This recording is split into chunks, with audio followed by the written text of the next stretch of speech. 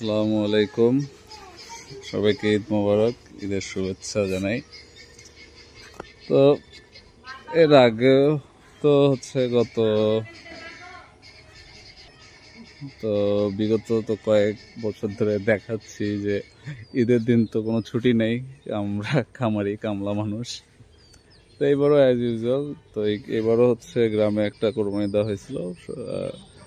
তো এবার মানে গতবার থেকে বেটার পার্ট এবার আঙ্কেলরা গিয়ে ছিল কাটাকাটিতে, এবং এবার আপনাদের ভাবিও ছিল, আপনাদের ভাতিজিও ছিল, তারা আমাকে অনেক সাপোর্ট করছে। আব্বু আম্মুরা এখনো আসে নাই, আব্বু আম্মু হয়তো বা আসবে সন্ধ্যার দিকে। আর এবার যেটা আগেও বলছি, আসলে কোরবানির উদ্দেশ্যে গরু তৈরি করাটা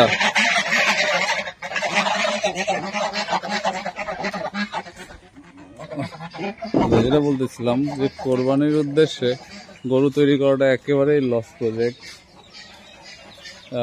কারণ এইবারও গিয়ে যে মাস্তানকে তো আমাদের বাসায় কোরবানি দেওয়া হয়েছিল।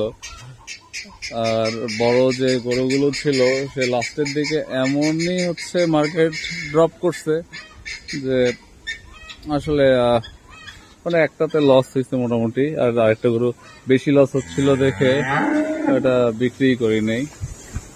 তো মোটামুটি একটা জিনিস ডিটারমাইন্ড যে আমি ডেইরির দিকেই আস্তে আস্তে মোটামুটি করবো। তো সেই সব খামারি ভাইদের জন্য সমবেদনা, যারা আমার মতো এই বাড়িতে লস করছেন বা আশাহত হয়েছেন।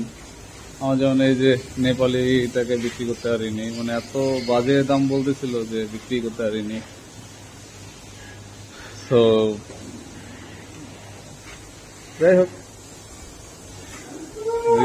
আল্লাহর হাতে সবকিছু, আল্লাহ ঠিক করে রাখছে, তিনি উত্তম পরিকল্পনাকারী।